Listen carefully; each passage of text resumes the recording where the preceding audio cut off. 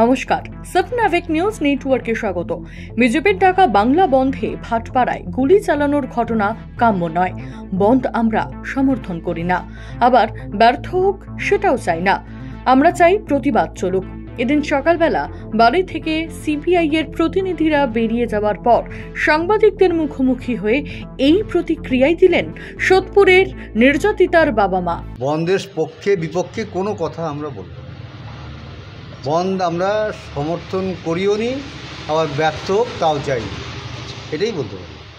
আমরা চাই প্রতিবাদটা চলুক, যেভাবেই প্রতিবাদটা চলুক, যেভাবে চলছে। সাধারণ লোক, কোটি কোটি লোক সারা বিশ্ব জুড়ে এই ঝাঁপিয়ে পড়ছে।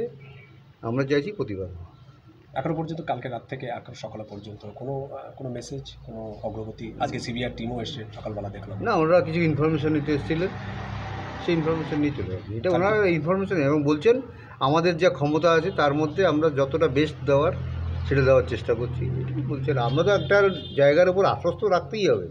প্রথমে যেমন আমরা পুলিশের উপর ভরসা রেখেছি, কিন্তু পুলিশের যে কাজকর্ম পরবর্তীকালে দু একদিনের মধ্যে দেখতে পাচ্ছিলাম, বাদ দিয়ে আমরা নতুন ভালো কোনো এজেন্সিকে আশা করেছিলাম। সিবিআই, হাইকোর্ট ভালো মনে করেছে, সিবিআইকে দিয়েছে।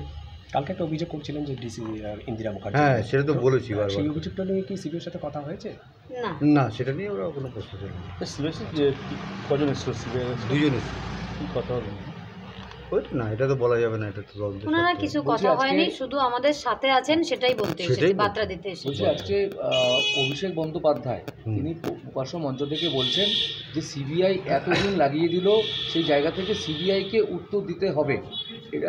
অবশ্যই উনি ভালো কথা বলছেন। এটার জন্য তো আমরাও এই কথাটা বলছি, সবাই সিবিআইয়ের উপরে চাপ বাড়াক, সিবিআই তার সুনাম অনুযায়ী কাজ করে। তা আমরা সিবিআইকে আমরা সেই কথাই বলেছি আজকে। আপনাদের এত বড় একটা সংস্থা, আপনাদের এত সুনাম, সেই সুনাম অনুযায়ী কাজ করে তাড়াতাড়ি এটা একটা ভিত করুন। স্যার, ঘটনার দিন টালা আউটপোস্ট থেকে, আরজিকর আউটপোস্ট থেকে টালা থানায় একটা রিপোর্ট পাঠিয়েছিল, যেটা হাইকোর্টে গত পরশু দিন দেখা গেছে যে আনকনসাস একজন পড়ে আছে আরজিকরে চেস্ট ডিপার্টমেন্টে। অর্থাৎ ডাক্তারের পক্ষ থেকে প্রথমে আনকনসাস কথাটা টালা এটা তো প্রথম থেকে ওরা আমাদেরও খবর দিয়েছে যে আমার মেয়ে কলেজ থেকে না, কিন্তু ওরা আমাদের জন্য ডিপার্টমেন্টকে অজ্ঞান। এক্ষেত্রে ওরা ফার্স্ট রিপোর্ট পাঠিয়েছিল অজ্ঞান, যেটা 10:10-এ। সে জানি না ওরা কীভাবে করেছে কি। আমরা তো প্রথমে আমরা তো 3.5 আগে ঘরের ভেতরে ঢুকতেও পারিনি, আমরা বডি দেখতেও পাইনি। আমরা এই ব্যাপারে কি বলবো, কারা কী করেছে এটা তো আপনারা ভালো জানবেন। বিষয়টা তদন্ত করুন আপনারা, এবং সিবিআইয়ের সঙ্গে সহযোগিতা করুন। আপনি 14 তারিখে যেরকম দেখলেন যে রাত দখল হয়েছিল, প্রচুর মানুষ নেমেছিল, সেই থেকে আজকে পর্যন্ত কোথাও কি আন্দোলন একটু স্থিমিত? না না না না না, সবাই আন্দোলন চালিয়েছে এবং মরণপণ আন্দোলন করছে। গুলি চলছে একেবারে না, এই বন্ধের ভালো লাগছে না। সেটা তো আমরা প্রতিবাদ চলুক, কিন্তু কারো প্রাণহানি হোক বা গুলি চলুক, সেটা আমাদের আরো একটা দুঃখের বিষয় তৈরি হবে। আমাদের লাগে না। ট্রেন বন্ধ ছিল, সবাই মানুষের সমস্যা এবং মানুষের দুর্ভোগ পড়ুক, এটা আমাদেরও খারাপ লাগে। এগুলো আমরা চাই না। স্যার, আপনি কি বলছেন, কোনটা দুঃখের? না, কোনো যদি দুর্ঘটনা ঘটে, ইনসিডেন্ট ঘটে যায় কোনো, এটা আমাদের আরও দুঃখের বিষয় হবে। বিষয়টা বনকে কেন্দ্র করে যে কোনো বিষয় নিয়ে, যে আন্দোলন নিয়ে, কালকে যেমন গতকালের যে আন্দোলনটা হয়েছে, ওখানে যদি কেউ কিছু যে দুর্ঘটনাগ্রস্ত হতো, আমাদের আরও মনের দুঃখটা আরও বাড়াতো।